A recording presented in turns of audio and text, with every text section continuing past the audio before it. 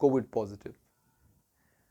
आज भी जम्मू कश्मीर में 26 लोगों की मौत कोविड-19 के इन्फेक्शन के कारण हुई है।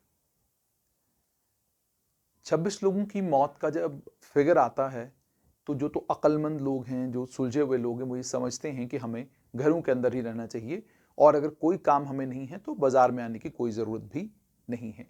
लेकिन बहुत बड़ी तादाद ऐसे बेवकूफ़ों की भी है जिन्हें ये लगता है कि कोविड का इन्फेक्शन कोई इन्फेक्शन ही नहीं है, घबराने डरने की क्या ज़रूरत है, हम बाजार में घूमने के लिए जा सकते हैं।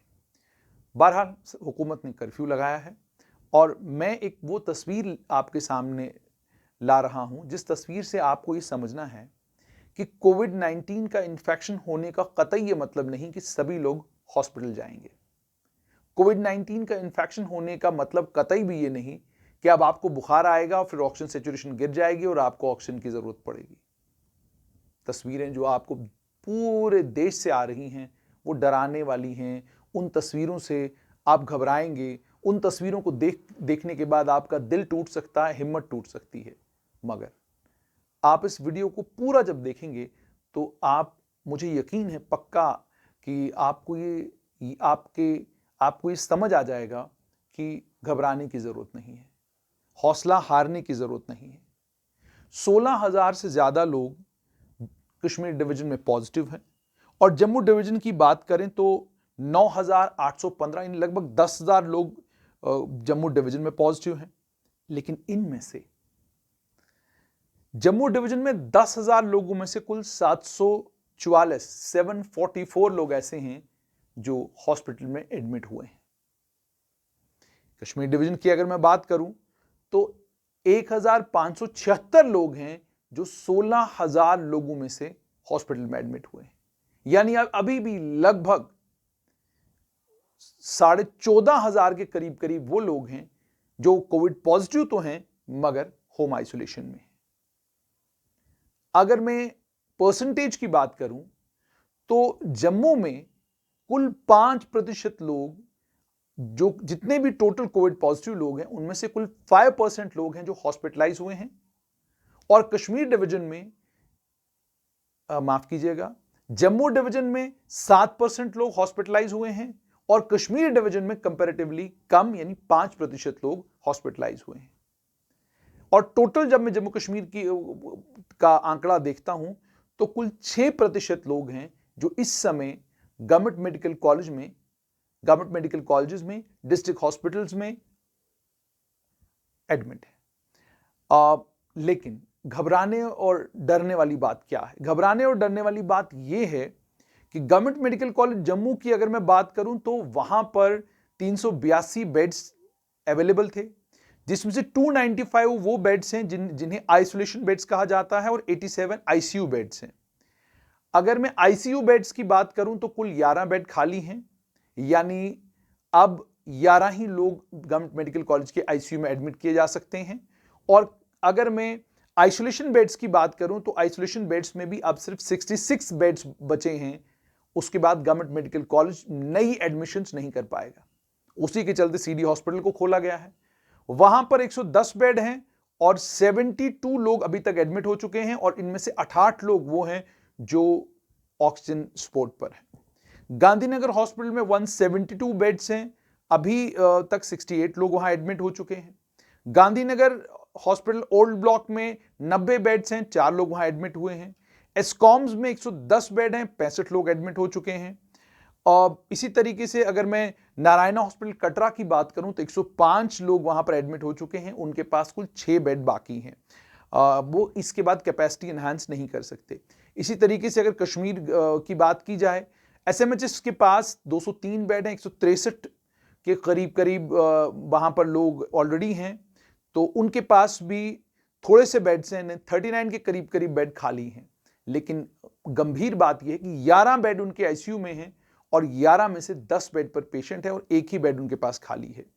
टोटल अगर मैं कश्मीर की बात करूं तो 69 बेड्स हैं, आईसीयू बेड्स जो खाली अब पड़े हैं, जबकि उनके पास 111 के करीब करीब आईसीयू बेड्स हैं। अच्छी बात कश्मीर से यह है कि 42 के करीब करीब लोग आईसीयू में हैं कश्मीर में। उसके कंपैरेटिवली जम्मू की अगर मैं बात करूं तो लगभग 113 लोग इस वक्त जो हैं आईसीयू में हैं, आईसीयू एडमिशन हुई है 113 लोगों की जम्मू डिवीजन में। नंबर और आंकड़ों की अगर बात करें तो बहुत बड़ी तादाद लोगों की है जो होम आइसोलेशन में है।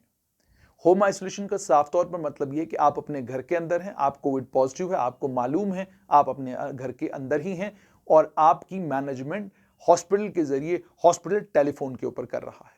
मतलब ये कि बात वही जो डॉक्टर्स कह रहे हैं, जो वायरोलॉजिस्ट कह रहे हैं, बहुत बड़ी तादाद में लोग कोविड पॉजिटिव होते तो हैं लेकिन उन्हें एडमिट होने की जरूरत नहीं पड़ती, और जो लोग एडमिट भी होते हैं उनमें से क्रिटिकल या उनमें से वो लोग जो कोविड पॉजिटिव होने के कारण आईसीयू में वेंटिलेटर सपोर्ट पर चले जाते हैं और उनके बाद उनकी मौत होती है, उनकी तादाद कुल 2% के करीब करीब है। मतलब ये कि अगर आपको बुखार है और आपको लगता है ये कि कोविड का बुखार है तो घबराने या डरने की कोई जरूरत नहीं है। कोविड पॉजिटिव होने का मतलब ये है कि आप इन्फेक्ट हुए हैं, लेकिन आपकी ऑक्सीजन सैचुरेशन गिरेगी, इसकी प्रोबेबिलिटी कितनी है वो आपके इम्यून सिस्टम पर डिपेंड करेगा। लेकिन अगर 94% लोग जो घरों में होम आइसोलेटेड हैं और स्वस्थ हो रहे हैं 10 दिन के बाद, 12 दिन के बाद, 14 दिन के बाद, तो साफ तौर पर यह मतलब है कि 94% लोग इस बीमारी से ठीक ठाक होकर दोबारा से अपनी नॉर्मल जिंदगी जीना शुरू करते हैं। 6% वो लोग हैं जो हॉस्पिटल में एडमिट हुए हैं जम्मू कश्मीर में। तादाद जाहिर सी बात है जम्मू में थोड़ी बड़ी हुई है कि 7% के करीब करीब जो है वो लोग, जितना इन्फेक्शन है, जितने एक्टिव पॉजिटिव केसेस हैं उनमें से 7% लोग जो हैं वो हॉस्पिटल में एडमिट हैं। तो थोड़े से गंभीर हालात जम्मू संभाग में हैं। इसीलिए लगातार हम पहले दिन से कहते रहे कि बहुत जबरदस्त जरूरत है कि सरकार जो है कम से कम हफ्ते या 15 दिन का लॉकडाउन लगाए, जिस लॉकडाउन के लगने के बाद जितने भी लोग इन्फेक्ट हैं उन्हें मेडिकल कॉलेज पहुंचाया जाएगा, उनकी तीमारदारी होगी और कम से कम इन्फेक्शन को फैलने से रोका जाएगा। दूसरी बात, जिस जम्मू यूनियन टेरिटरी में 94% लोग होम आइसोलेशन में हों, आपको क्या लगता है कि कितने प्रतिशत लोग इनमें से ऐसे हैं जो जिम्मेदार हैं, जो अक्लमंद हैं, जो ये समझते हैं कि हम कोविड पॉजिटिव आए हैं, हमें घर से बाहर कम जाना है, और अगर जाना है तो मास्क पहन के जाना है, हाथों को सैनिटाइज करना है, लोगों से कम मिलना मिलाना है, शादियां अटेंड नहीं करनी है, फंक्शंस अटेंड नहीं करने हैं, इन सब से बच के रहना है। कितने प्रतिशत लोग ऐसे हैं? आपके घर में बच्चे हैं, आपके घर में फुटबॉलर हैं, आपके घर में क्रिकेटर्स हैं, वो अगर कोविड पॉजिटिव है, क्या वो आपकी बात मानते हैं? बुखार में भी जवानी चीज ही ऐसी है, जवानी चीज ही ऐसी है कि अगर आपको बुखार भी है तो आपको दौड़ना है, आपको बुखार भी है तो आपको गली में जाना है, लड़ाई भी करनी है, झगड़ा भी करना है, सब कुछ करना है। बहुत कम तादाद है ऐसे नौजवानों की जिन्हें बुखार आता है तो लेट जाते हैं, जिन्हें बुखार आता है तो 2-3 दिन घर पे रेस्ट करते हैं।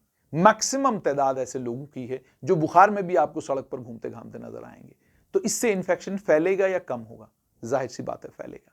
इसीलिए कोविड के लॉकडाउन की जबरदस्त जरूरत है। 94% वो लोग हैं जिनके बारे में आपके पास डाटा है, रिकॉर्ड है कि 94% लोग वो हैं 100% पॉजिटिव लोगों में से जो होम आइसोलेशन में हैं, जिनके बारे में आपको मालूम है ये कोविड पॉजिटिव है। ये लोग कितने और लोगों से मिले होंगे, कितने और लोगों को इन्होंने पॉजिटिव किया होगा, क्या इसका कोई फिगर आपके पास है? नहीं है। इसीलिए आप अगर होम आइसोलेशन में हैं, 94% जब मैं होम आइसोलेशन की बात कर रहा हूं तो मैं इशारा इस और कर रहा हूं कि कोविड पॉजिटिव होने का कतई यह मतलब नहीं कि आप क्रिटिकल होंगे, आपको ऑक्सीजन की जरूरत पड़ेगी। आप बहुत सारे ट्विटर के ऊपर SOS देख रहे हैं, उमर अब्दुल्ला कर रहे हैं, बाकी लोग कर रहे हैं। जान पहचान वाले का आप SOS करेंगे तो दिल्ली की आबादी आप जानते हैं ना 2 करोड़ के करीब करीब है। जम्मू कश्मीर की आबादी 1 करोड़ 35 लाख है। जहां जितनी बड़ी आबादी है वहां उतनी बड़ी परेशानी है, जहां जितने ज्यादा लोग हैं वहां उतना ज्यादा इंफेक्शन फैला है। दिल्ली में भी इसीलिए आप देख रहे हैं कि दिल्ली में इंफेक्शन फैलने का कारण क्या है? फ्लाइट्स की आवाजाही दुनिया भर की दिल्ली में है, चारों तरफ से देश के हर कोने से लोग दिल्ली आते हैं।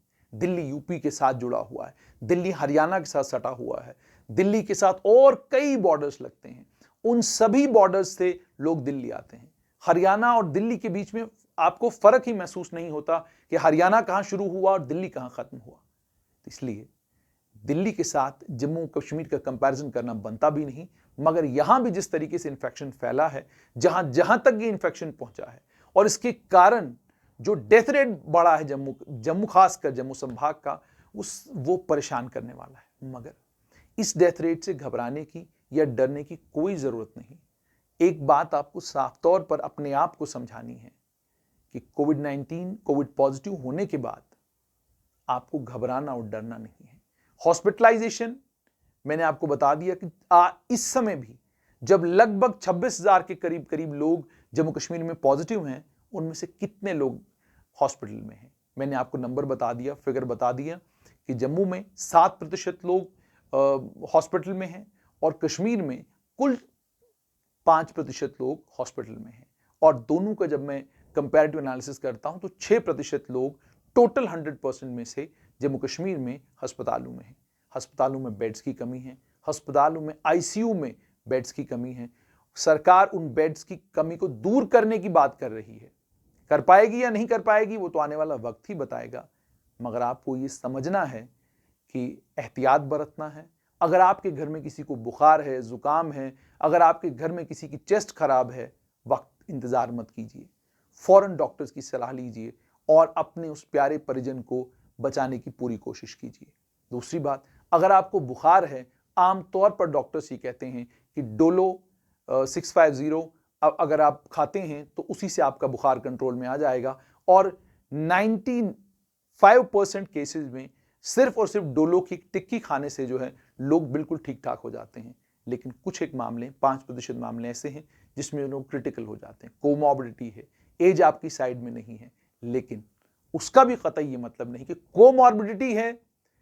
अगर हॉस्पिटल में 100 लोग एडमिट होते हैं तो 100 में से 5 या 10 लोग हैं जो मुझसे और आपसे जुदा होते हैं, 90 लोग वो हैं जो स्वस्थ होकर अपने घर वापस आते हैं।